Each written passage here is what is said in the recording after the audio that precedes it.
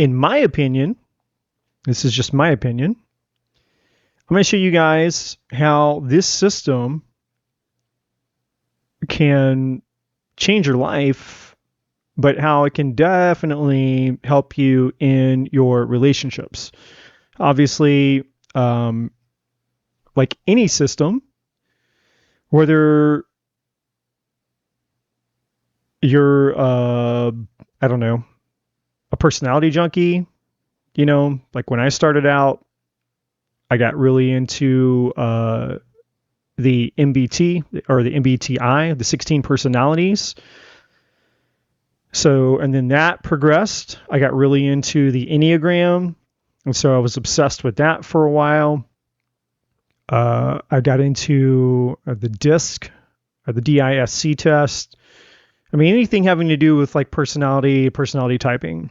And then eventually numerology kind of found me. So I didn't find it. It kind of found me.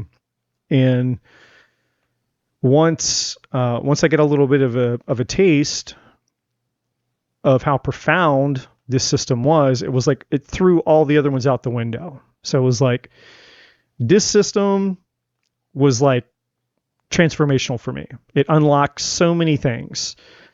So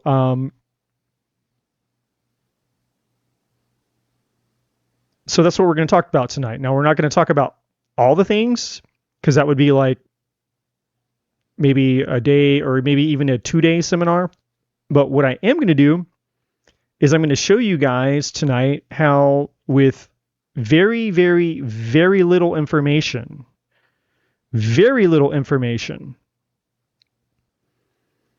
you can know a shit ton about yourself and about the person that you're interested in, especially when it comes to relationships. So the reason that I like numerology is because all you need to have is a person's birthday. Whereas astrology, you need to have, you need to know where they were born, and ideally you need to know the exact time that they were born. If you're going to really, really, really get accurate, you need to know all the way down to the minute that they were born, the city. I mean, like, there's lots of other things that you need to know. But with numerology, you don't. All you need to know is the day. I mean, that's like the least amount of information. And if you don't know, even if you don't know, let's say you meet a complete stranger. Well, you can have a complete stranger. If I was to write a list of words and present you with those list of words, and you select those words, I can probably guess what day that you were born on. Right? And so, and I've done this before, and people think it's like, they think like I'm in the circus or something. It's like a magic trick or something. It's like, no, you're just revealing to me who you are. When you pick these words that are important to you, you're telling me what type of energy that you're made up of. All right. And so what this system can unlock for you, very simple, right? And so tonight I'm only going to be focused on well, first of all, I want to be clear. I want to be talking about relationships. All right. So I'm not talking about,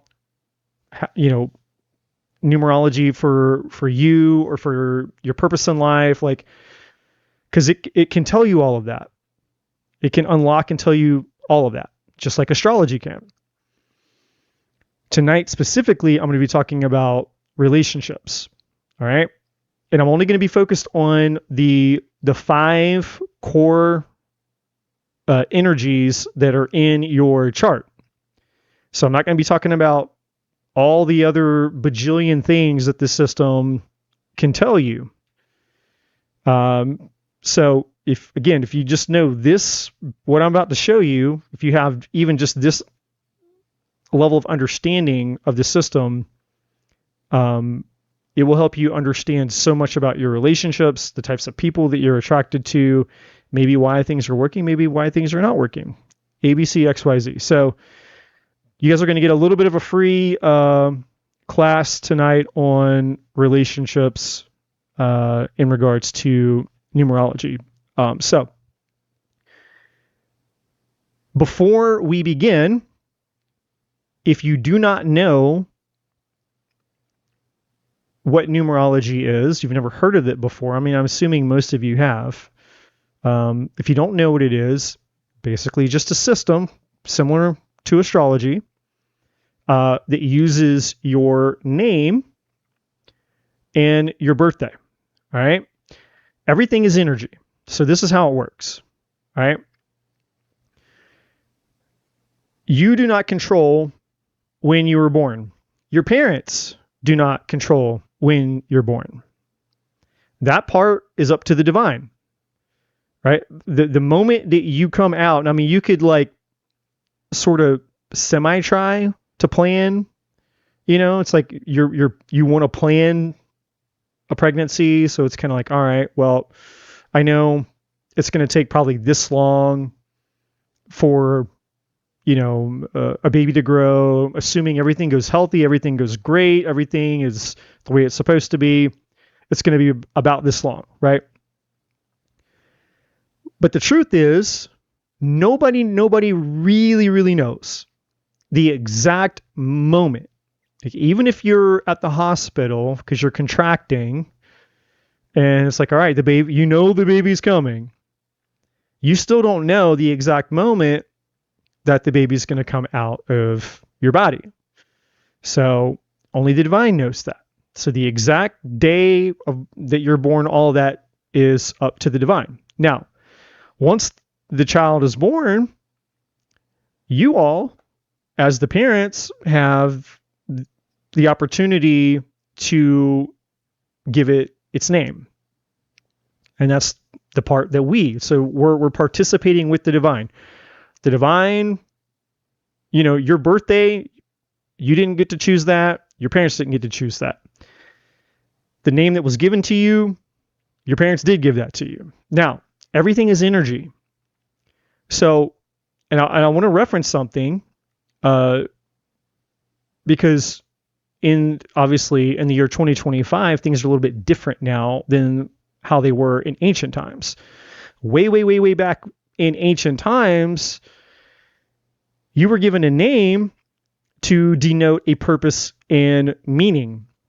And so, like, even if we go, for those of you that are familiar with the Bible, the first book of the Bible is Genesis, right? And the first few, within the first chapter or two, I forget which one, God creates Adam, and he gives Adam the job of naming all of the creatures. And why is that interesting? Well, it's interesting because he was naming them based on what he observed them doing. He gave them a name, assigned them a name according to their purpose. Like, okay, fishes swim. So he probably didn't call them a fish. He probably called it swim. That's because that's what he observed it doing, right? And so in Native American cultures, you're given a name based on your characteristics, right? So you'd hear like Sitting Bull or something, right? So you weren't giving somebody, you weren't naming your children based on sentimentality or preference, or you just like the sound of it or something, right? Like, oh, I'm going to name my child Tom, or I'm going to name my child Michelle or something. It's like, whatever. Your parents named you a name because they thought it was pretty, or it was sentimental in some way, or, they were holding honor for somebody. Maybe it's like, I'm going to name you after your grandparent or somebody else that they thought highly of, somebody that they cared about, or, whatever. But in ancient times, that's not what they did. They gave you a name based on a purpose, right? So A name is a sound. Sound is energy. So when someone calls you by your name, there's an energetic frequency that's attached to the sound of someone saying your name. In ancient times, when someone calls you by your name, what that would mean is someone's reminding you of your purpose. I just want to be clear on that. So I'm just giving you a little bit of a background on the importance of this, right? So if I name you according to the purpose of your life, every time I say your name, it's a reminder of your purpose. This is why you exist. This is why you're here. This is what you're created to do. So a name is not just an identifier, because chances are you have the same name as millions and millions and millions of other people, just like me. My name is Eddie. Well, technically, my first name is John. My full name is John Edward Gilman, but I go by Eddie. I go by my middle name. But there's millions of Eddies. Maybe hundreds of millions of Eddies out there. So it's not necessarily unique, right? So, but the name in and of itself, the sound, when someone says Eddie, the sound that those words make is still energy. And that energy, like all energy, has an effect. And so if you could, if I had the ability, I mean, you guys can look this up.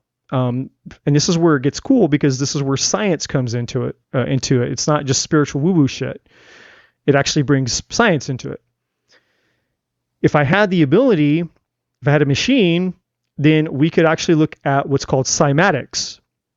And what cymatics is basically let's say we have like a table, and it's a circle, and we pour a bunch of sand in the middle of that circle. Or let's say we have a bowl of water, and the light is the light is set up in a way to where we can see the effects of that the ripples and the water makes. But sand or something else, it doesn't matter. When you apply a certain type of vibration to that table that the sand is laying on, then the sand or the water or whatever you're using will organize itself into a shape, right? And this is called cymatics. So they have it now to where it's like when you're listening to music, you can actually you can see what it looks like in real time. So if you're just playing music, and you can watch, basically you can see the different geometric shapes in real time. Like you can just watch it change out of one geometric shape to another geometric shape as the music is playing, right? Because of all the different frequencies that are happening. Each note is a frequency. And so you are also energy. Your body is resonating at an energetic frequency, but your name has an energetic frequency, right? And so your name is your energetic blueprint, right? Really what numerology is here is all about understanding that we every single one of us has what I call an energetic blueprint. So like, let's say, for example, you wanted to make a smoothie, right? And you had a bunch of ingredients. And so you have bananas, maybe you have ice, maybe you have like almond milk or water or some type of liquid that you're going to use. You have maybe like protein powder, and maybe you have some, maybe you have some type of, frozen berries or a banana or, whatever. You've got 5 or 6 different ingredients. Well, once you take those 5 ingredients or 6 or however many you have, and you put them all in and you blend them together, you can't take them back out. Like once they're all blended together, they become one thing. You can't take the banana back out of the smoothie once it's blended together. You can't take the almond milk. You can't separate it anymore. right? So we are basically a blend of all these energies, all these different tendencies, like everything about you, why you think a certain way, why you act a certain way, why you behave a certain way, why you are pulled towards certain things and not other things, why you crave certain things and desire certain things and not other things. Literally everything about who you are is all based on your energetic tendencies, right? And so your energetic blueprint is basically what you are energetically speaking. Again, it makes up all the things that you like, all the things that you don't like, all the things that that you gravitate towards, all the things that you're repelled by. Everything about who you are as a human being is found in your energetic blueprint. That's it. You're just energy, right? With consciousness, your spirit. So your spirit, you're a spiritual being attached to energy. All right. So that's just the foundation here. So when you understand what parts of, or what the ingredients are that make you up, all of a sudden things start to make a lot of sense. It's like, oh my God, okay, so this is why I do what I do. This is why I'm into what I'm into. This is why I'm good at what I'm good at. And this is why maybe I suck at this and that. And this is why I like these types of people and not those types of people. Like when you understand who you are based on your energetic blueprint, all of a sudden, you have access to power, because knowledge is power. You're not just like, oh my God, I'm just this random thing that's just living and going around and I'm like everybody else. No, you're not.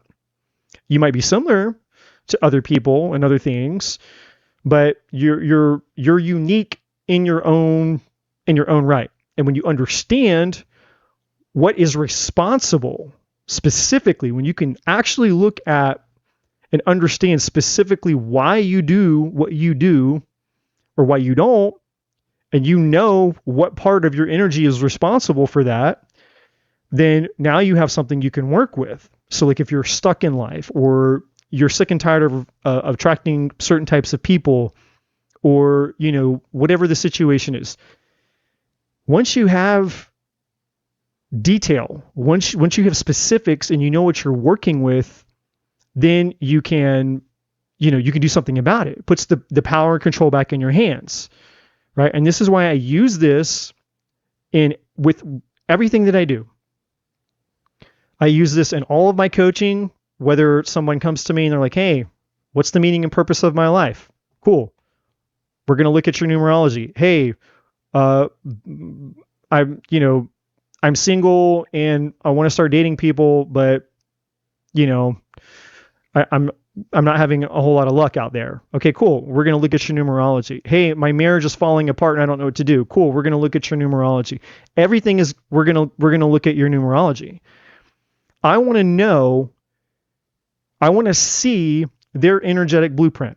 And I don't have to get super, super all into all the things. And again, one of the reasons that I like this is because of how accessible it is and how simple it is versus something like astrology. And this is not a knock on astrology. I'm actually trying to learn that. And I'm seeing the benefits of astrology. There's certain details that I'm realizing the more that I learn about astrology, or even something maybe more complex than that, something like human design. All these systems, they bring something to the table, right? And the more that you learn, the more that they unlock, right? And so since this was the system that found me, and I have so many years invested in learning it, I still feel that this is the simplest and the most accessible. I'm not saying that it's better than, right, by any means. But in terms of it's the ease and accessibility of it, again, everybody knows what their name is, and everybody, for the most part, probably knows what their birthday is, or at the very least, they know what day they were born. Not everybody knows the exact moment of their birth. They don't have their birth time, right? Some people don't know where they were born because, they were either they went into the foster system or they were adopted. Lots of people, they don't have the exact accurate information. So the cool thing about numerology is you don't need that. It can give you amazing results with the most minimal amount of information. Okay. That's why I like this for what I use it for. And that's why I wanted to teach it to you guys, because again, if you learn this, just like with anything, there's good and evil, right? Everything is neutral. This pen is neutral. It's neutral. Now, if I wanted to take this pen and I wanted to stab you with it, now it's not very sharp. It's actually got a felt tip on there. It's still gonna hurt. Like if I try to stab you with this pen as hard as I could, it's still gonna hurt. Probably not gonna kill you. If I was maybe super precise and I jabbed it in your eye, I could probably do some serious damage if I hit you in the eye with it at full force. But the pen in and of itself, my point is this object in and of itself is neither good nor bad, right? But how it's wielded, how it's used in someone's hand makes it good or bad. And that same thing with all knowledge, all information, right? So this system, you can use that information for good or evil. So what would be an example of evil? Obviously, we know what the good is: to learn about yourself, to learn about others, in that respect. So how could it be used for evil? Well, it could be used for evil because once you understand, when you start to look at someone's chart and you understand what each one of these numbers represents energetically speaking, you understand their vulnerabilities, because every single one of these numbers in numerology has a positive and a negative attached to it, right? There's positives and there's negatives. And when you understand what that looks like and how that plays out in people's behavior, then you understand people's strengths and their weaknesses. And if you understand somebody's strengths and their weaknesses because you can see it in their chart, then you probably know where they're vulnerable. And if you know somebody's vulnerabilities, then, and you want to do them harm, then now you know how to do them harm. You know where they're vulnerable. You know where they're weak. So that would be an example of how you could use this system in a negative or evil way. Okay. So that's kind of like the overview of the big picture of this, like, without going into all the history and all the bullshit that most people don't care about. What I can tell you is that it just fucking works. Like if you don't care about the history of it, you don't need to know all the things. Like I'm typically not one of those people where I'm like, oh my God, like who created the system and what it blah, blah, blah, blah. Like I don't typically care. I'm just like, okay, how's it going to benefit me? Right? That's all I care about. Is it something that's going to add value to my life? Yes or no? That's it. I'm very, very practical. Let's just get down to let's cut to the chase, right? And I'm very impatient. So I'm one of those people that's like, if you're going to sell me on something, you got a small window of time to do so. But because I've had so much experience with this system, I've convinced myself 1,000 times over, and proven to myself, like, just it's mind blowing. So that's what I'm going to talk to you guys about. So in order for you guys to get any value out of this, you guys are going to need to know at the very least, you're going to need to know your 5 core numbers. Now, there's probably some free websites out there. I don't know. I don't use, any websites. But what I have, what I use is an app, and I have 2 different ones, but I use this one the most. It's just a numerology app. I don't even know. It's just called Numerology, but and it gives me the same amount of information that I need for what I use it for. And if I need something like super, super, super in depth, then I have my own program that I use. So like if you want, and I'll just go ahead and put that out there for those of you that are interested, if you want a full numerology report, I'm talking it's like a 50, 60, sometimes 70 page report. It's going to tell you everything. Okay, everything. It's all the things. If you would like a report, you can purchase a full report from me, and it's buy one, get one. So, it's $20, and you can, if there's somebody else you want to report, no problem. So you're going to get a free one that you can use for whoever. It doesn't matter who the person is, obviously. So buy one, get one. If you're interested in that, cool. You can just send me an email and tell me you would like to purchase a full numerology report. And again, it's everything. Way, way, way, way, way more than anything I'm going to show you guys out here on the table. And it also includes your timing. So your personal year, your personal month, like it shows you everything. And those are buy one, get one. You get a report. I actually give these away for free if you get a personal tarot reading from me. So if you buy a private or a personal reading from me, then I just throw these reports in for free. So, I'm just putting that out there. All right. But what you're going to need for tonight's purpose, okay, what you're going to need tonight for tonight's purpose, you're going to need, at the very least, you're going to need some way to get your 5 core numbers. Okay. You're going to need to know what obviously one of the numbers is easy. It's just the day that you're born on. So everybody should know, hopefully, the day that you were born on.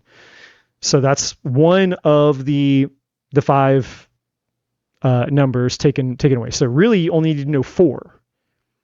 You're going to need to know your life path number. That one you can do without an app or without anything. That's just adding the entirety of your birthday up. But there's a way to do it the right way versus other ways that people try to tell you to do it. Okay. So, your day of birth, your life path number, and then the other 3 numbers that you need are the numbers that come from your name. Right. So 2 of the numbers you get from your birthday, and the other 3 numbers that you get that we're going to be dealing with, you get from your full name at birth. So first, middle, and last name. If you don't have a middle name, that's fine. Then it's just going to be your first and your last name, right? And obviously, it would take a really long time. You could do all of this by hand. You could technically get all of your numbers by hand. But the problem with that is if you make a mistake, one mathematical mistake, and your whole entire chart is wrong. It's incorrect. So obviously, it would be ideal for you to just use an app, use a free website, or get a report, whatever you got to do to get your 5 core numbers here. All right. And if you don't know, you're like, hey, I don't know what my numbers are, and I'm not going to go get an app, and I'm not going to go to and you're like, hey, cool, no problem. Well, then obviously, you can circle back around to this later, because once once I end the live stream, this is going to get uploaded to YouTube land, and then you can come back and you can watch it again later. So, it's up to you. But for all intents and purposes tonight, it would serve you best if you knew your numbers. Okay, at least the 5 core numbers, and I have those written here. So again, those are your life path number, your day of birth, what day were you born on. You need to know your heart's desire number, or what's also called your soul urge number. Different numerologists have different names for that. You need to know what your personality number is. This is essentially similar to your ascendant sign in astrology. They're not correlated whatsoever, but they're like what they represent is very similar. And then you have your expression number. So those are the 5 numbers you're going to need. Your life path number, the day that you were born on, your heart's desire number, or your soul urge, depending on what app or source that you're using. Same name for the same thing. 2 names for the same thing. You need your personality number, and then you're going to need your expression number. So those are the 5 numbers that you're going to need to know. All right. So now, I'm going to talk about, first let me put in let me drop in the chat really quick. Where did I go? Oh, wait. Wrong computer. Yeah, I'm working with 2 different computers here. Let me just grab...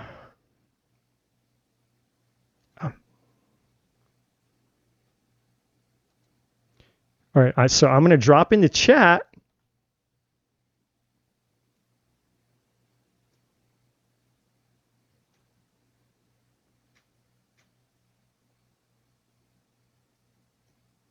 There we go.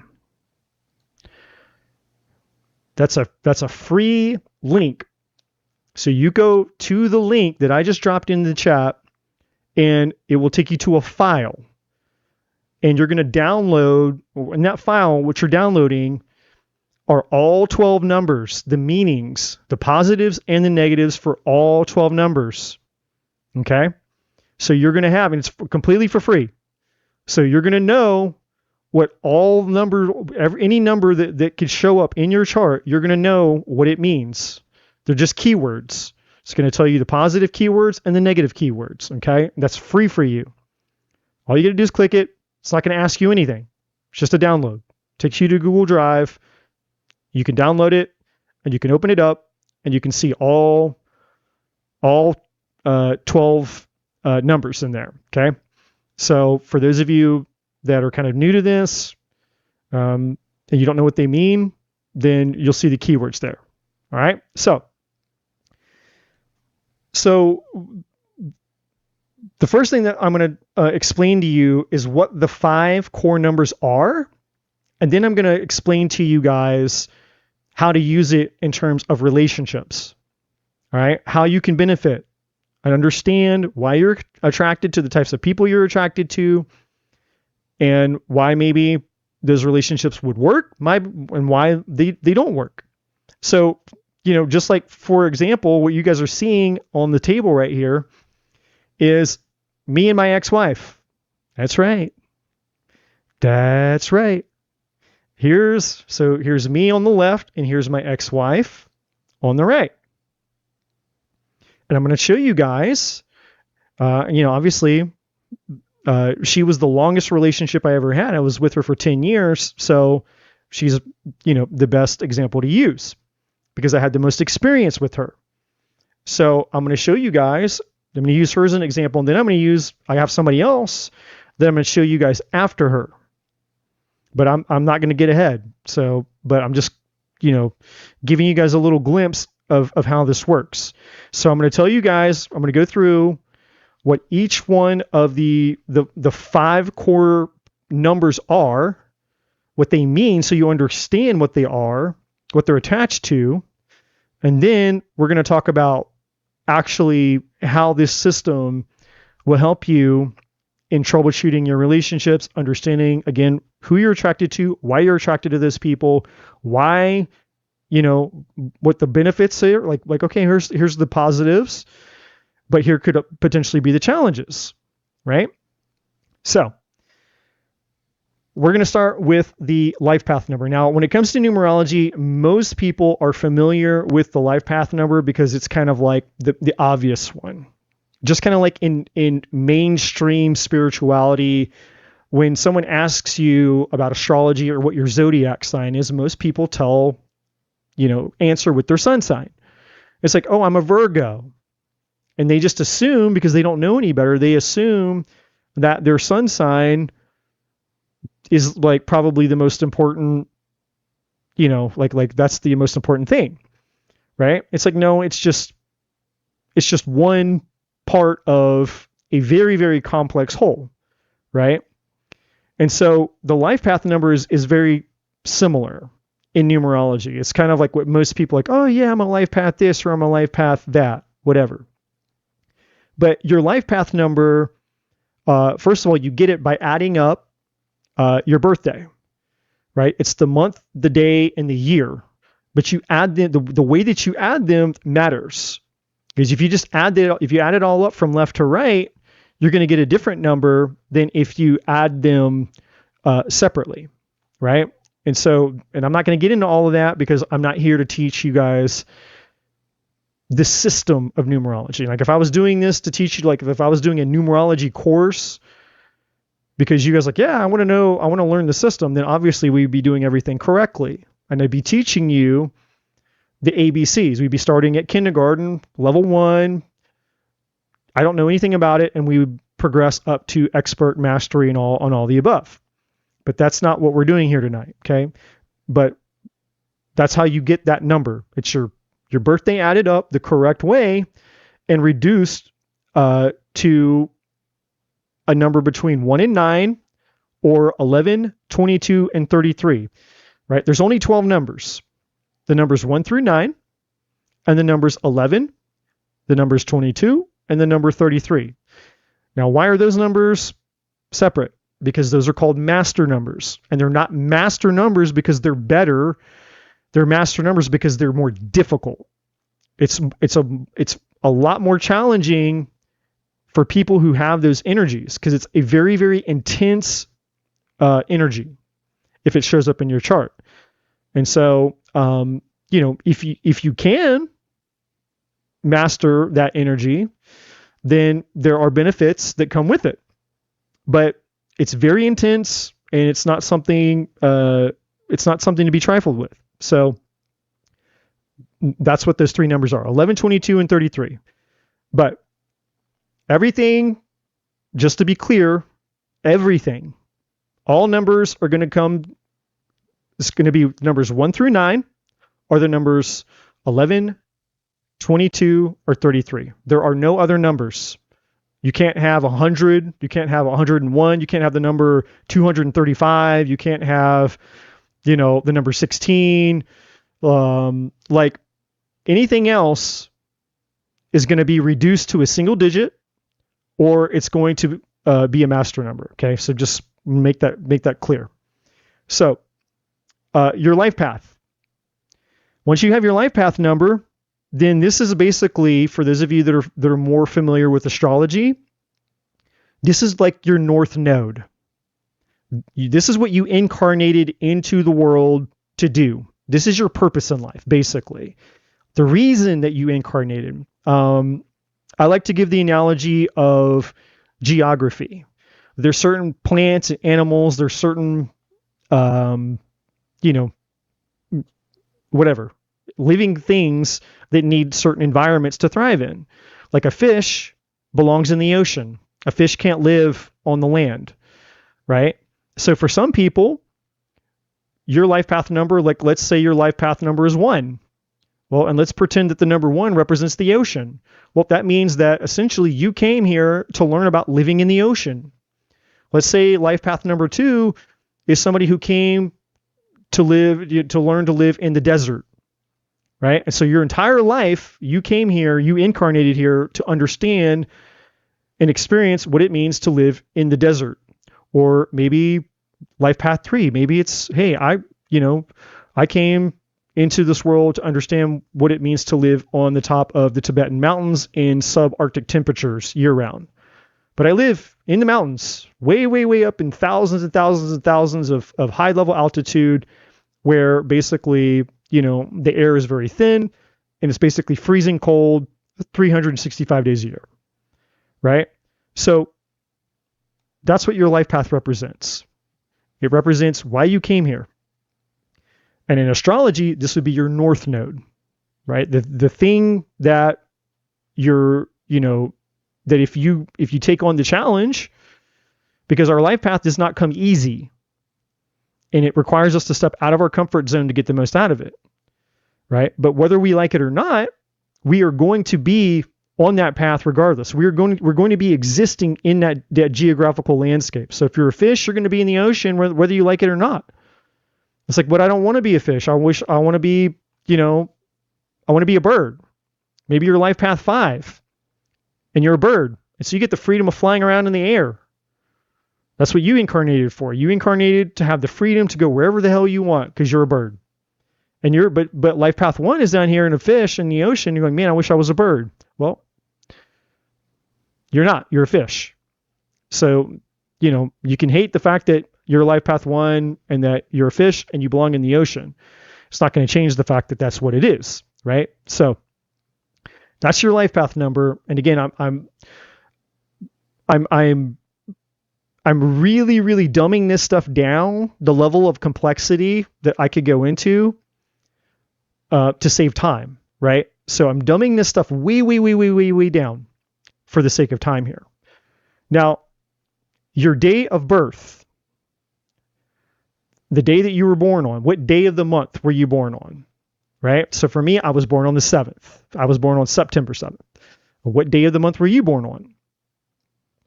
The day that you're born on is, in my opinion, what I found oftentimes are things that you're really good at, but more importantly, it's kind of like a subset of your life path. It gives you more accuracy about specifically what within your life path that you're meant to be doing. So you're not just completely lost. So for me, I'm a life path 8, but that's a big landscape. But my birthday is the 7th. So that helps give me clarity about, okay, so I'm not just generally speaking, I'm not just a life path 8. I'm a specific type of life path 8, right?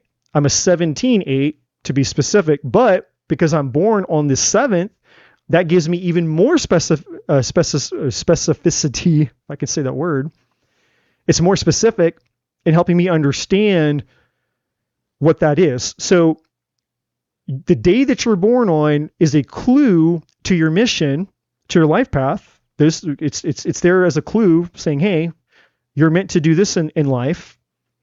So, it can serve you in that regard, helping giving you clarity about knowing if you're on your path and you're on your mission, you're doing what you actually incarnated here to do or not. But I've also found that your day of birth is something that you're typically very interested in. It's an energy of interest. It's the things that you find yourself very interested in, if not obsessed with. So the number 7 for me is all about research, mysticism, spirituality. So that's why I'm out here on YouTube land. That's why I got obsessed with numerology, because I was born on the 7th. Seven is the number of mysticism, the occult, research. The number 7 is also because it's having to do with anything having to do with research. People who are into like research and development, technology, IT. A lot of times you'll find people who are a life path 7 or they're born on the 7th, and any number having to do with the 7. So the number 7, the number 16, because 1 plus 6 equals 7, the number 25, because 2 plus 5 equals 7, right? So it's not just people born on the 7th, but any day of the month that adds up to the number 7, right? So like let's just I'll choose something else. The number 3. if you're a life path 3, if you're a life path number 3, or you're born on the 3rd, you're born on the 12th, you're born on the 21st, or you're born on the 30th. All those add up to the number 3. 3s are the life of the party. They're the extrovert. They know, they're bubbly, they're fun, they're the life of the party. They'll talk to anybody, they'll make friends with anybody. They're the natural human networkers. Like, this is like, the woman that you go to get your hair done at the salon. Like, the woman doing your hair when you go to a salon, I guarantee you, I'd be surprised if she wasn't a 3, or she doesn't have a 3 somewhere in her chart. Threes they're very creative. Speakers, comedians, actors, actresses, anything having to do with communication, anything having to do with people interacting and being seen. So 3s are, of all 12 numbers, they're also the most superficial in a way. They love attention. That's part of their energy. They want to be seen. They love attention, right? Now, again, it's neither good nor bad. It just depends on where you are in your energy. Just like me being born on the 7th. Like, on the positive, it allows me to have a very, very open mind, very curious, but very detective. So people who, are very good at science, very good at technology or research, like, so this would be somebody who would be like an investigator. Somebody, because once we will go down a rabbit hole forever. Like, if it's something that we're interested in, it's like we are so attention to detail. And so we want to know why. We want to figure it out. We want to understand it. And we will go down every rabbit hole. We will research, and we will just we'll literally we'll just disappear. You won't see or hear from us. And we're just basically like in our little dungeons, doing research like a mad scientist, like figuring it out, putting it all together, like putting the pieces together, like how, that's 7. A famous life path 7 that we all know is Elon Musk. Love him or hate him, doesn't matter. The dude's a fucking billionaire, and look at what he's doing. And the reason that he's a billionaire, and the reason that he's accomplishing what he's accomplishing, is because he's living in his like he's in the center of his life path. He's fulfilling his life's purpose as a life path 7. And so, if you can take away all the bias and all the judgment and all the bullshit, and you just look at him just like you were looking at like a snake or a spider or something, right? Like, let's say you hate spiders or you hate snakes or something, right? It's like, fine, whatever, but you want to understand the creature for what it is. It's like, well, here's a rattlesnake, it's deadly, poisonous, but there are people who have rattlesnakes as pets, and they know how to handle them. They understand the snake. They've studied it. They've learned it, right? They understand why it does what it does. And so we all have that same ability. You remove judgment and our bias and the programming and the bullshit from the matrix and all the things, and you just look at the thing for what it is, then you have understanding there, right? So your day, so getting off the point here. So your day of birth is usually something that you're very interested in, whatever that thing is, and it's also a clue about your life's purpose. So if you're unsure, even though, because a lot of people, it's like, well, I'm a life path this or I'm a life path that. And then when they read the description of their life path, they're like, that doesn't sound like me, right? Well, there's 2 reasons that would occur. If you find your life path number and you feel like that doesn't resonate with you, there's 2 reasons. One, you haven't lived enough life. You haven't had enough experience yet for it to resonate. So for me, don't expect your life path to resonate with you until you're 40 years old or more. And if you're lucky before 40, so you're not 40, or you're younger than 40 years old, and it does resonate with you, then just consider yourself lucky. Cool. No problem. But 40 years old to me is the beginning of life. The first 40 years of our life is just us figuring out what the fuck. Life does not begin until 40. And there's all kinds of psychological resources out there. And this isn't woo-woo fairyland. This is actually like legit human behavior and psychology, where a lot of psychologists and people that are into human behavior, they all agree on this. It's like life really doesn't begin until you reach 40, right? We just haven't had enough experience in life to really understand or figure anything out. So the first 40 years of life is us just like, what the fuck, right? Trying things, failing, and figuring things out and all the things, right?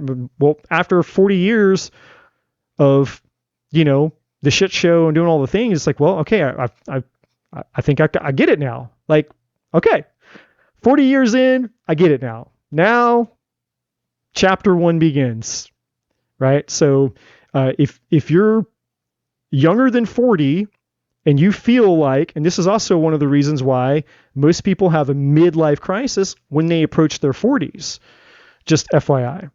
The reason is because they reach 40 and, they start to lose their shit because they're like, oh my God, is this all there is?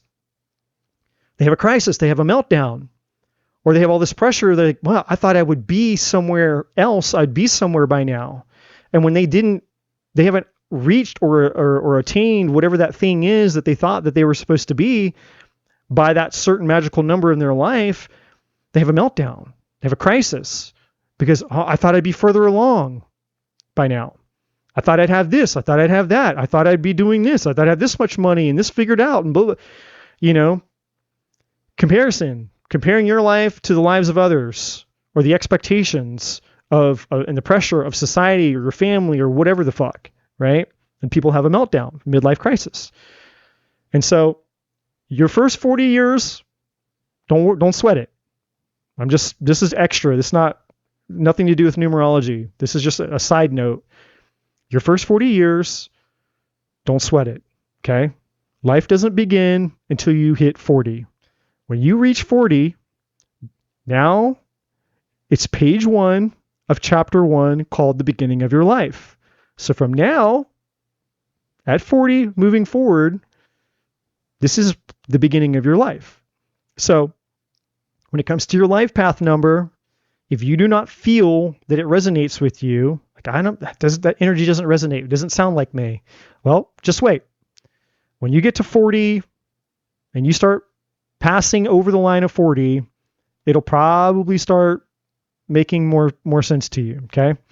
And if you're still unsure, then look at the day that you're born on. It's a clue, because that energy's been there with you the whole time. What have you been interested in your whole life?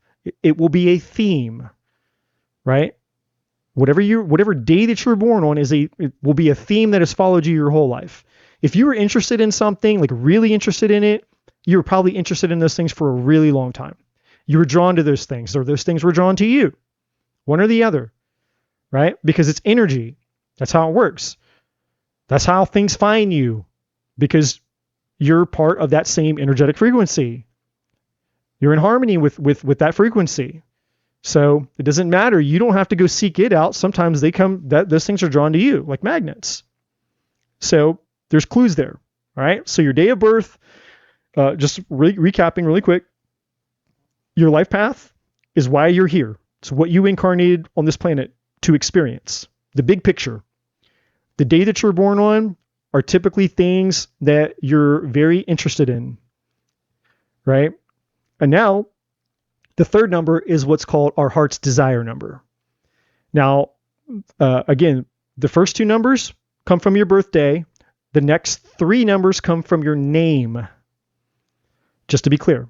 So, your heart's desire, or what they call your soul urge, is essentially, it represents a few things. The first thing that it represents is your comfort zone. The thing that makes you feel comfortable. This is where your comfort zone is. The second thing that it represents is the thing that makes you feel satisfied and fulfilled. So and there's this can be a blessing and a curse. Because if your comfort zone is being fulfilled by whatever that is for you, then, this could prevent you from actually moving forward in your life. This is why a lot of people actually end up staying stuck in their life and not progressing, not moving forward, not putting, not going after their dreams, their wishes, their hopes, their desires. Why a lot of people settle for toxic relationships. All that stuff is answered by this place in their numerology chart, because it's your comfort zone. And it also represents the thing that makes you fulfilled. That's why it's called your heart's desire, the thing that your heart longs for, craves, what it wants. So if your comfort zone and the thing that you desire most are both being fulfilled, most people aren't going to give that up. Most people already have a hard enough time stepping out of their comfort zone to reach for anything beyond, right? So that's, I would say, at least 97% of the world would prefer their comfort zone as opposed to uncertainty, embracing the unknown, stepping out of their comfort zone, which is why, the top 3 to 1% of people who create jobs or, go on to do incredible things is really not because they're better than you, not because they're smarter than you, not because they're more wealthy than you or any of that. It's just because they're willing to do the one thing that the other 97% of people aren't willing to do. And it's just take a risk. It's like, I'm willing to go subject myself to discomfort and uncertainty to go get something better than where I'm at, right? Which is comfort. So, but again, that's all aside. So this is your heart's desire or your soul urge, and that's what that represents. Your comfort zone and what would fulfill you in life. All right, the next number, the next placement is your personality.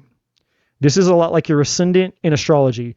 This is basically the perception that people have of you, or the way that you appear, or the way that you present yourself to the outside world, right? And so for example, this is me, my chart here, it's the number 1.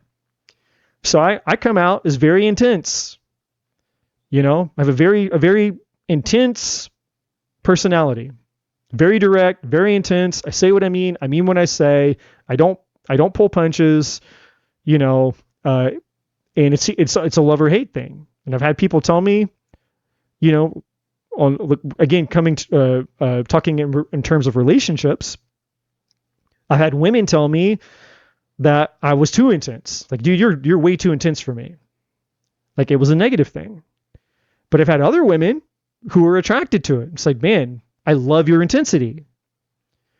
But there's no in between for me. With the number 1, it's either love or hate. But that's just the way that I come across. That's the external. This has nothing to do with who I am as a human being. But if you were to take me at face value, you know nothing about Eddie, and you just listen to you're just watching my mannerisms, the sound, the tone of my voice, and how I speak, you could be like, man, that guy, he's an asshole, or he's this, or he's that, because it's just the outward appearance. It's a perception of just one element of who I am, the external part of me, the way that my personality is presenting itself, right? And we all have that. Every single one of us. We all have a number that represents our personality, which again is the way that we, present ourselves to the external world, and the way that the external world perceives that energy, right? But it doesn't tell anything else. It doesn't go any deeper. It doesn't show anything deeper. It doesn't, reveal all the other multi-layered parts of who we are. It's just one part. It's the external part. Now, the last position is our expression number. This number represents the natural gifts and talents and abilities that we have, right? The things that we're just naturally good at, that we're naturally gifted at. And the way that we use those gifts. So the life path number and the expression number, the way you could remember these two, the life path number is what you came here to experience out of life. The expression number are the gifts and talents that were given to you to share with the collective. Okay, so whatever your expression is, those gifts and talents, that energy is what was given to you to share with the world. In other words, the tools that you've been given to serve the collective. That's the idea with this number. Okay, so now that we've gone through the 5 core numbers and you know what those numbers mean, now we can get into the juicy stuff. We can get into relationships and how you guys can use the system to understand your relationships, understand just at a glance. Again, even if you don't get super into numerology or all the things, you can use this information at just a glance. You can know just enough about it to be dangerous in a good way. You could just look at somebody and go, okay, I know what I'm getting myself into. And again, I use this like a madman, like obsessively use this. If there's anybody I'm remotely interested in terms of relationships, the very fucking first thing, but I don't care. I don't want to know anything about like more than anything she could even say to me. This is what I want to see. Like, I want to see her numbers before anything else. Before hearing about her life, anything else. I want to look at her numbers. Because I need to know what I'm getting myself into. And because once I see her chart, then I know, like, okay, I have a general idea about what type of energy she's going to bring toward me. And then the rest of it, if I'm interested, in continuing that relationship or continuing to get to know her, then she will, then the rest of the time will just basically be me finding out if she's on the positive or the negative side of her energetic blueprint. But I have saved myself, God only knows how many potentially, bad choices, because what the eye beholds and the energy that actually exists are two different things. Because I'm still a human. We all are. Just some super hot, beautiful woman. It's like, well, damn, I want to get to know her. But then when you see the energy, you're like, oh shit, this would be actually a train wreck. This would be a disaster, because my energy and her energy are not going, it's oil and water. It's not going to work. Right? And so that's the beauty of understanding the system. It's like you can just see instantaneously, just on a very, very energetic, simple energetic level, just going, okay, this isn't going to work. Or it's going to be extremely, extremely difficult. It's going to be very challenging. Or, hey, there's a lot of potential here. Right? So really quick, a quick disclaimer before I started breaking down the chart to help you guys figure and understand how to do this. What numerology cannot tell you, nor astrology, nor human design, nor any other fucking whatever system out there. No system can tell you whether or not a relationship is going to work or not. because you have free will. And I don't care who the fuck out on YouTube land or whatever people out there spinning their bullshit telling you free will doesn't matter, free will doesn't matter, free will doesn't matter, free will doesn't matter. Okay, well, yes, it fucking does. And I have not just my opinion. There's scientific proof. There's psychological proof. We can go into it as deep and as far as you want to go. So if you're going to come to that table to do battle, hopefully you have enough information to back up your stance, because I do. Free will fucking exists. Period. There's no system that will tell you if you and somebody are going to be in a relationship forever. No system. It's up to you. Like, for example, my mom and my dad, their numerology charts, nothing. Literally, they don't have one thing in their charts that are harmonious. Not one energy between the two of them do they have that are harmonious. Completely like if I was to look at someone's chart, like my parents, I'd be like, you guys are completely bad for each other. Like, there's nothing good here. None. But yet, my parents have been together and married for almost 50 years. So, again, and that's a paradox, because you can have you can have a chart that looks terrible.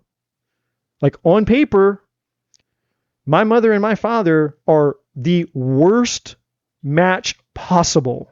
Zero compatibility. Zero. None.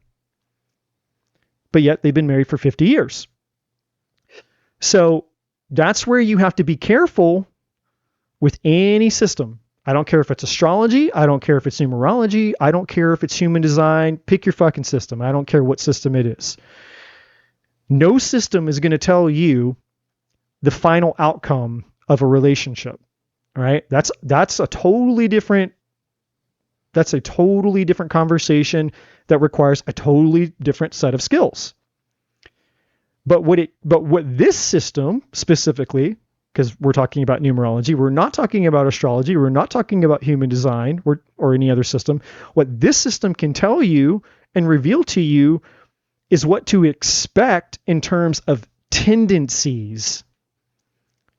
Because those things will always be there. Those are facts. Every one of these numbers represents an energetic tendency that makes up who that person is. Right? So, for example, this is my ex-wife. This is her chart. Every one of these numbers represents a tendency that she had. And so she's a blend of all those energies, meaning that at some point in time, one of these energies are going to express themselves. I'm going to see that side of her. I'm going to experience that side of her energy, just like me. Every one of these energies is who I am that's talking to you all right now. And if you all could spend enough time with me and see me in all the different modes of operation, like when you're living with somebody, you're intimate with somebody, and you're with them 24/7, day in, day out, and living under the same roof, you've had sex with them, you've done all the things with them. Eventually, you spend enough time with somebody, you're going to see and experience every part of their energy. You're going to get to experience all of it. Eventually. Right? So this is going to give you guys an opportunity just to have an understanding of knowing ahead of time what you're getting yourself into. And it gives you a little bit more information about whether you want to get into it or not if you're single. Now, if you're in a relationship and you're having problems, this will tell you maybe why you're having problems with your person. Because it can be used to troubleshoot existing relationships, right? So, and this also explains attraction, by the way. What do you mean it explains attraction? Attraction is not something you guys choose. You do not choose attraction. Attraction either is or it is not. Attraction is not a choice. You do not choose who you're attracted to. So what do I mean? So, for example, obviously I'm a dude. and I'm a dude that's into women. Okay. If I was to go out, and I'll just give you guys an example of my type, just so that it's easier to understand. So think of like a, Kate Beckinsale would be like the ultimate, right? So for those of you who don't know who Kate Beckinsale is, she was the actress in the Underworld. She was in Pearl Harbor. She was in Serendipity. And if you still don't know who she is, then just think about Sandra Bullock. Okay, so like I'm into the long dark-haired brunettes, kind of like the nerdy librarian chicks with the glasses. Like that's my type. All right. So let's just say that I was to go get, let's say I was to go get 20 women, who had to look almost as closely the same as possible. So I had to go out and I had to find 20 women that look like Sandra Bullock, or as close to that as possible. They had to be almost identical, same height, same length of hair, same color of hair, same color eyes, same facial structure, same body type. Like everything, we're trying to get as many women that look almost as close to the same as possible for the sake of the experiment, right? And so then we have all 20 of these beautiful women lined up, and they're just standing there. Now they can't see me. I'm like, it's like in one of those interrogation rooms. It's a one-sided window, right? Like they can't see me, but I can see them, and they're all just standing there. And I have to look at each one of those women, and if I'm paying attention, if I'm present, then I will feel drawn to certain ones versus other ones, even though they're all my type, even though I could say, yes, they're all aesthetically beautiful. They all look very attractive, and they're all gorgeous women, physically speaking. But that's not attraction, because I may only feel drawn to maybe one or two of the 20. Right? That's what attraction is. Attraction is when you feel drawn to somebody and you don't choose that. I'm not talking about, because I've been around women who are drop dead gorgeous before. I mean, they're beautiful women everywhere. And you're like going to Starbucks. You're standing in line at Starbucks and you're ordering, you're waiting for your turn. There's a beautiful woman and feel nothing. Sometimes I've been around beautiful women and it's like, is there even a soul in there? Are they an NPC, or is there a soul in there? Like literally felt nothing. So, just because something looks beautiful on the outside has nothing to do with what attraction is. You are attracted to energy.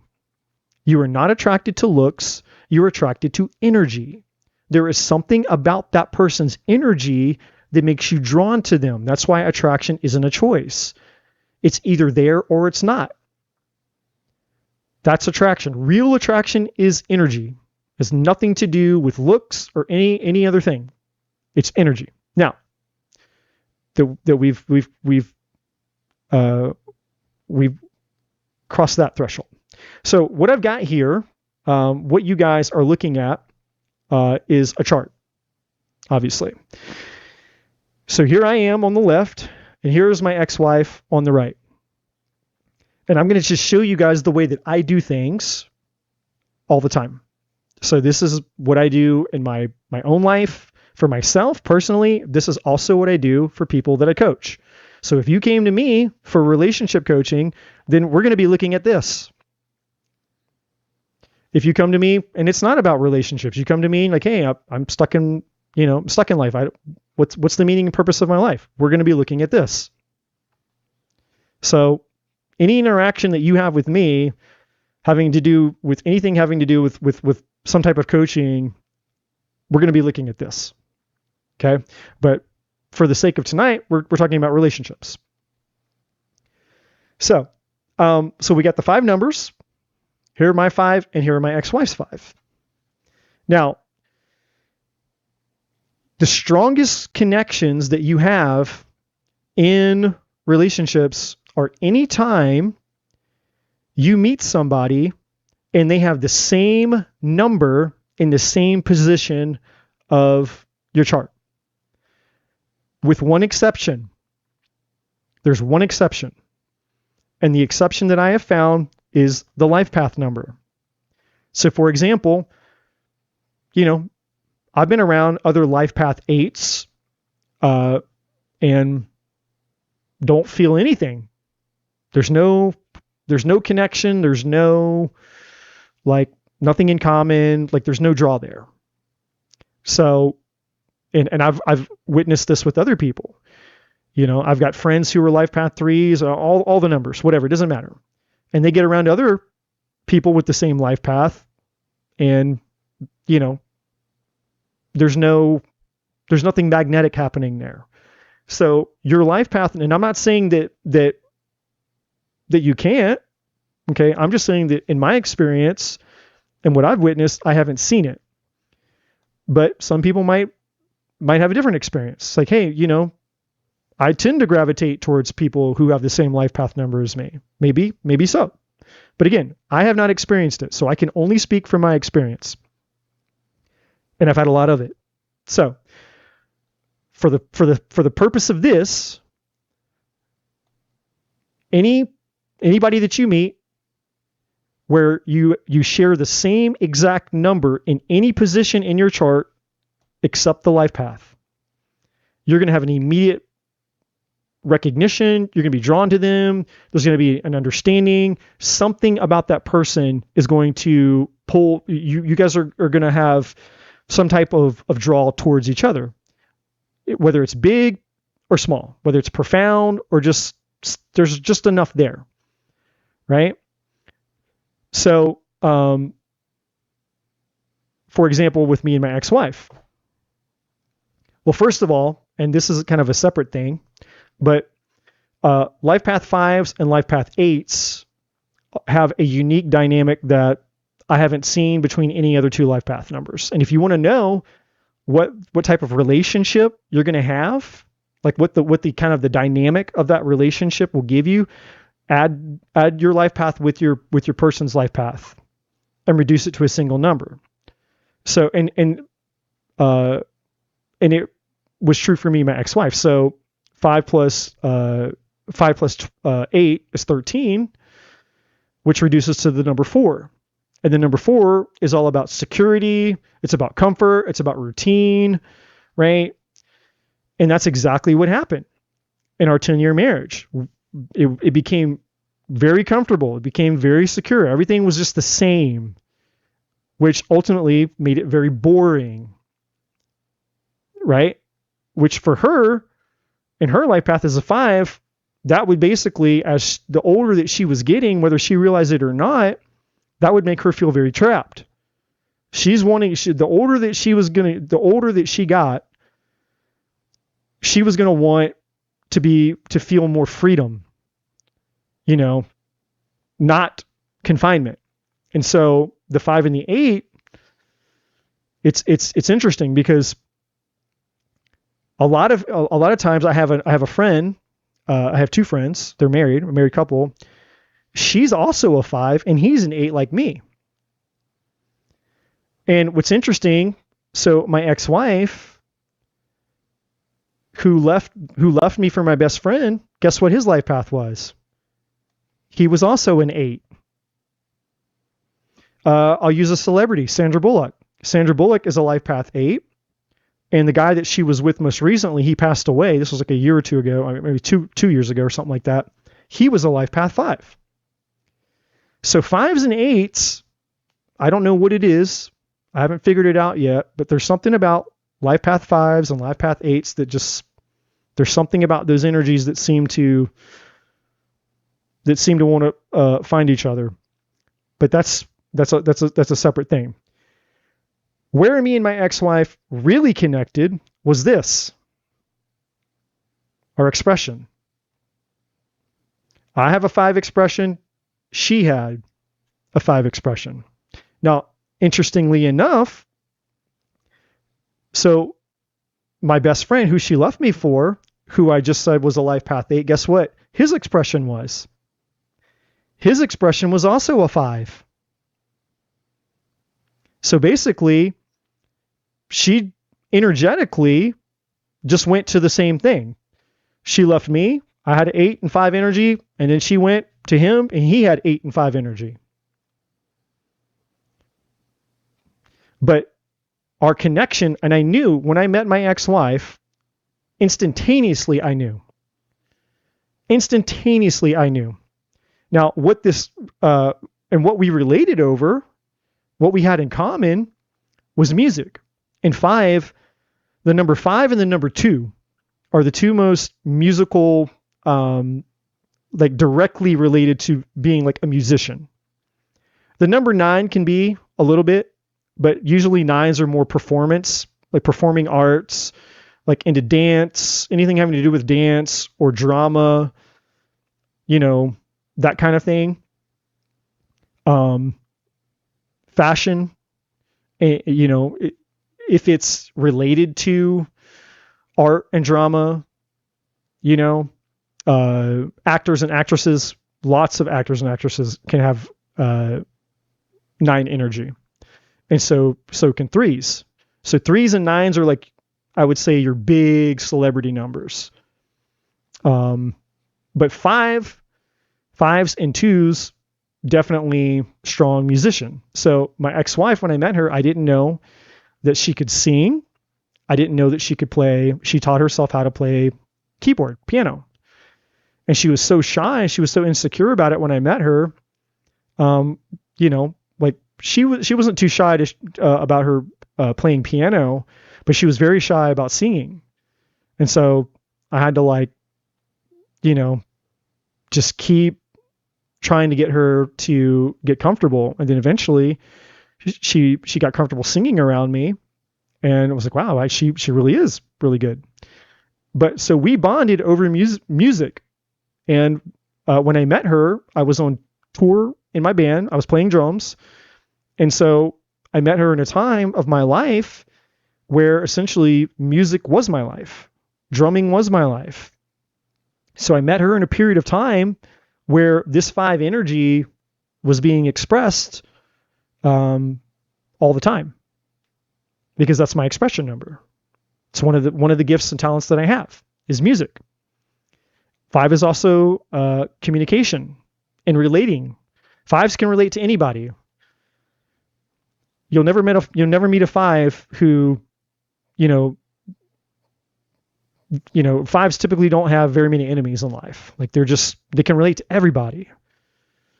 And they can be, it's certainly an extroverted number, even if you're an introverted type of person. But, 5s is the most addictive energy in numerology. So people who have, any types of strong pull towards addictions, whether it's alcohol, whether it's sex, it doesn't matter what it is. 5 is by far the most addictive energy. And so my ex-wife, looking at her chart, she's got 3 5s in her chart. That's a shit ton of 5 energy. You have 5 core numbers, and 3 of your core numbers are 5. So, she's all 5 and 9. She's got 2 9s and 3 5s. That's a shit ton of 5 energy. So,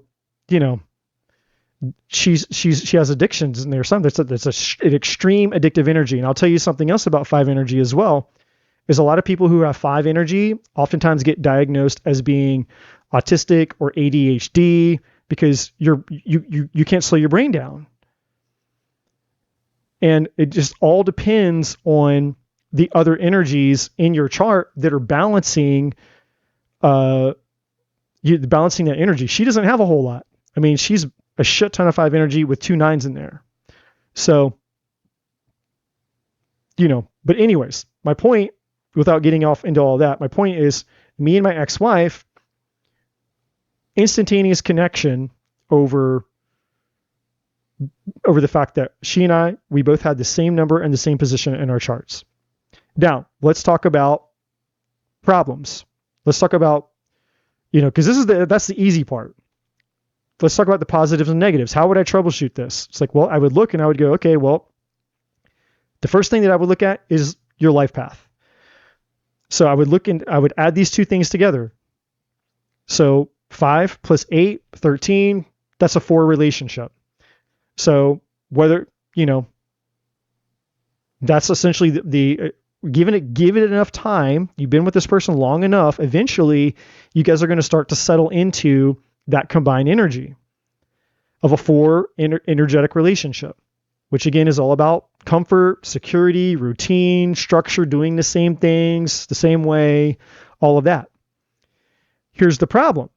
That 4 relationship would work well for me because that's my heart's desire. I have a 4. Well, and that's my comfort. Remember, your heart's desire is your comfort, the area in your life where you feel comfortable, and it's where you feel naturally fulfilled. So I was good with it. Hey, the 4 relationship between me and my ex-wife, no problem. No complaints here. But look, her heart's desire is the complete opposite, which is 5. It's the complete opposite. The number 4 and the number 5 have nothing in common. 4 is completely happy in structure, predictability, and needing to know what things are going to be, how they're going to be, detail, and no surprises. 5 is like a bull in a china shop. They love uncertainty. They don't want any rules. They don't want anything. They want complete fucking freedom. They love the chaos. They love the thrill. They love the excitement. They're just, a feather being blown in the wind, and they love it. Do not try to put any fucking boundaries, any type of rules, any stipulations, anything on a 5. A 5 needs absolute, complete freedom, and they need shit tons of stimulation. Tons of stimulation. That's why it's also one of the most addictive energies, because it needs constant stimulation. And when it finds something that can give them that stimulation frequently, they latch onto it, whatever that thing is. So me and my ex-wife, we have a 4 relationship. That works for me. It doesn't work for her. So starting out, sure, we bonded over this. We have things in common with this energy. 5 energy here, 5 energy here. We both had music in common.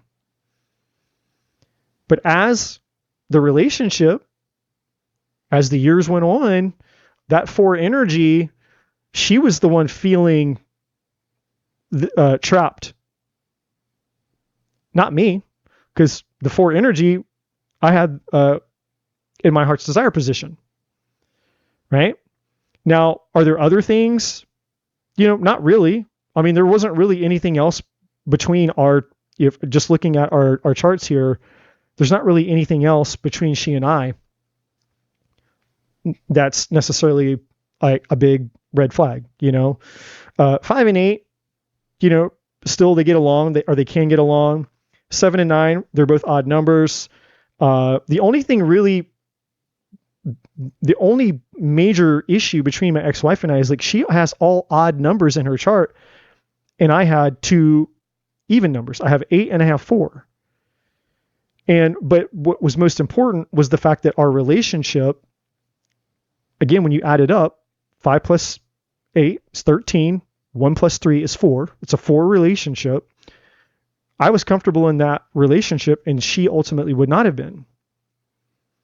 Even if she didn't understand it, even if she didn't know why. And of course, she didn't understand it because she didn't have this information. Right? And I could go deeper and deeper and deeper and deeper and deeper into all of that. So now I'm going to show you guys. I got one more example that I'm going to show you. I'm keeping myself on the table here. Now I'm going to show you guys.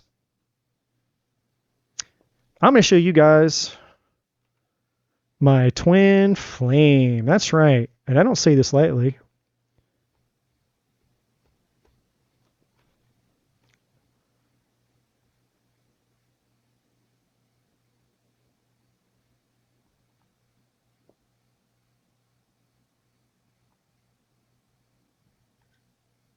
Now, there's one thing that I don't have on here that I would also look at, which is what's called your minor heart's desire number and your minor expression number. Most people have a first, middle, and last name, which is what numerology needs, but that's not the name that you go by. Like, most people don't go by their full name. When you introduce yourself, you don't introduce yourself as your full birth name. You just use your first and last name. Well, your minor heart's desire and your minor expression number come from just the name that you use, your everyday name. Well, so I'm just going to add it down here. So I'm going to put MH is my minor heart's desire. I'm going to put ME or MEX for the minor expression. So for me, that was 2. Same here, 2. And for her was also 2 and also 2. So now we're going to look at this example. So when I met my twin flame in 2021, it was the most profound experience of anything I've ever felt. And it makes sense because we have literally every number except our life path and the day that we were born on. Those are the only numbers that we do not have that are identical. And I've done hundreds of numerology charts. And I've never met or I've never seen a chart where 2 people had exact identical numbers across the board. I just haven't had that experience, but until I met her. So her life path is a 4 and I'm an 8. She's born on the 15th, which reduces to a 6. Everything else is the same. Her heart's desire is a 4. Her personality is a 1. Her expression is a 5. Her minor heart's desire is a 2. Her minor expression is also a 2. Like, we were literally the same exact energetic blueprint. So as you can imagine, the intensity and the draw and the pull of being around her was off the scale, because you only need to have one. If you meet somebody and you have just one number in the same position in your charts, just one number, it can be an intense pull. You only need one. Like, a lot of the people who end up getting married and, different things that I've looked at, because I've researched this shit for many years now. A lot of these people, they'll have that one number in common, and that's all you need. She and I, we had 1, 2, 3, we had five numbers exactly the same. Now, in this case, so if I add the 4 and the 8 together, that's 12, which reduces to a 3. So this relationship would be all based around 3 energy. What can you create, right? All about creating things, about community, about networking, about building something, about communicating, right? It's either you're creating and building something, or you're not utilizing the energy, right? Now, neither one of us have a 3, which you don't have to, right? And even though we both want exactly the exact same things energetically, minus again our life path and our day of birth, it's really our connection would be based on whether or not we realize the fact that in order for this connection and relationship to really thrive, did we catch the vision and the purpose of the vision, goal, and purpose of us coming together, which would have been about that 3 energy. And so if not, then chances are that even if you have all this energy bringing you together, all this attraction, all this magnetism bringing you together in your chart, if you can't fulfill this, then the relationship may not work out. And there's lots of other things that play into it. Again, you're a numerology chart, an astrology chart, a human design chart. I don't give a fuck what chart, what system. There's no chart, there's no system that can tell you if you're meant to be with somebody or not. It cannot predict and tell you if that person is going to be, whether that relationship is going to make it or not. Only you and that person can decide. Your free will determine whether or not you and somebody will make it in terms of a relationship. The decisions that you make in that relationship between each other. But what this can tell you is the potential, tell you obstacles and challenges that you might have. So between she and I, this would have been the first thing. The 3, are we moving towards this goal in unison? Yes or no? The second thing is well, we have pretty much everything in common because our energetic blueprints are exactly the same. On one hand, that could be good. On the other hand, that could be bad. Because a lot of people don't know what it's like to date themselves. You think you're the shit until, you have to be in somebody else's shoes experiencing what it's like to date you. And that's when it gets real. We all want to think that we're like the good guy, right? Like we're in the relationship. I wasn't the bad guy. I wasn't the one. They were the ones. They were the assholes. They were the one that were all fucked up in this, that, and the other. It's like, no. Everybody's got problems. And when you choose a person, you choose a set of problems. I have problems. You have problems. Everybody has problems. There's no perfect human being. And every single one of us, we bring our problems into a relationship. And the longer that you're in the relationship, the more your problems come out and you get to see what those problems are. Right? It's just most people don't want to take responsibility for being the person who caused the hurt, who caused the pain, or did the harm. We want to play the victim. We want to save our own reputation and be like, oh, no, it was them. Because we want to be the good guy.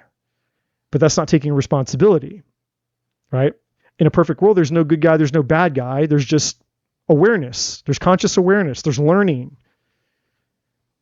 And taking responsibility for what you learn and integrating what you've learned to become a better person. That would be ideal. Not comparison, not duality and all that other bullshit. So, obviously, my connection with her didn't fail for any of those reasons. And,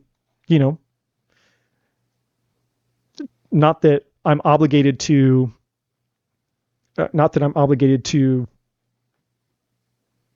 protect her reputation or any of that. The relationship failed for other reasons. So, it is what it is. And I got what I needed to learn from that relationship, which was for me. And that's all that's important. And because I met her, I became a better human being. And that's ultimately what matters. And for those of you out there, regardless of whether you're interested in any of this or not, I can tell you that all relationships are either a lesson or a blessing. They're a lesson or a blessing. And the lesson should never be, well, I'll never do that again. The lesson should never be, well, I'll never love again. The lesson should never be some, just getting butthurt and becoming pessimistic about love. That's what most people do.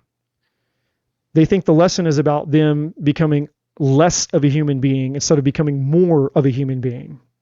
You haven't learned the lesson if the lesson hasn't improved you and made you a better human being, a more loving human being, a more positive human being, somebody that actually believes in love more.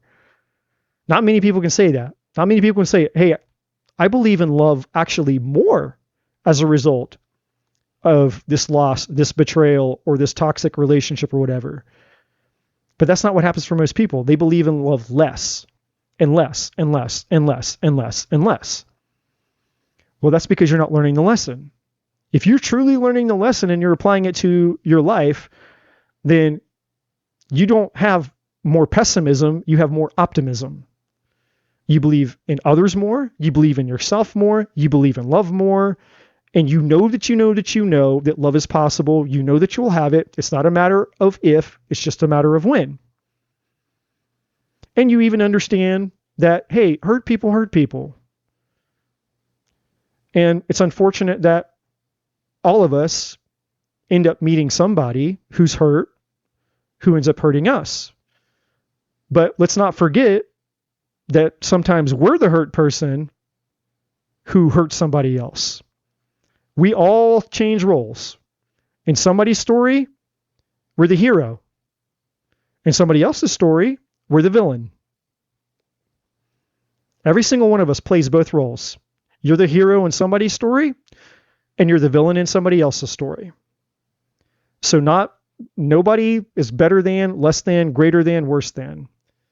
Every single one of us has been guilty of playing both roles. So it's not about that. It's about understanding that relationships are here to teach us how to become better people, how to find ourselves, how to believe in love more, how to show up more, how to learn, how to invest in having a better value system. Because if you ask me to boil down what's the number one reason that relationships fail, or the number one reason why people suffer when it comes to relationships, my answer is always going to be your value system. People have a shitty value system when it comes to relationships, and they wonder why they can't have a successful relationship. Because it's your value system. Your value system determines everything about your life. It determines what you value. And what you value, if you're not sure what you value, just look at the life that you're living. But you have to be objective. I'm not talking about just your day-to-day, your comfort zone. I'm talking about being really objective about your life. Okay, it's like, well, this part of my life is good, but what part of your life sucks? What part of your life is bad? You know, and are you really living to the fullness of your potential? If we could all see inside of everybody, past the lies, the masks, and the bullshit, and we all knew what each other's truths really were, we could read each other's minds and know everything about each other, we would know, all of us would know, okay, wow, so you are or you're not living to the fullness of your potential. You have these problems, you don't have those problems. Like, we would just know all the things. And all those things are the equivalent of your value system. Right? I can tell, and just look at anybody's life, and it'll tell you what they value. The product of your life and the life that you're living and the results that you're getting out of your life are all a result of your value system. What you value. And the value of anything is the amount of life that you're willing to exchange for it. So if you want a successful relationship, you want more than what you've had, then you would have to change your value system to get it. Because the value system that you have now will only continue to give you the same thing that you've been getting. This value system will continue to give you the same thing that you've been getting because it's what you've got. And if you want more or you want better, then you have to level your value system up to match what those things are that you desire up there. And then, or beyond that, or beyond that, beyond that. And all the spiritual woo-woo people out in YouTube land, they just call that levels of consciousness. You got to go up to the next level of consciousness, or whatever term they use. Same words, different words that are all saying the same things, right? But that's all for, let's begin off on a whole different tangent. So anyways, numerology, relationships, this simple system that I showed you, you can learn it very easy. You can have just very minimal amount of knowledge, and it will unlock so much about the people you're attracting, why you're attracted to them, why it might work, why it might not work. It just gives you extra additional information that could be very valuable in you understanding your relationships. Hey guys, thank you so much for checking out this video. If you haven't already, please like, share, subscribe to the channel. All the other information is in the description box below. And as always, my friends, I'm not a bloody psychic.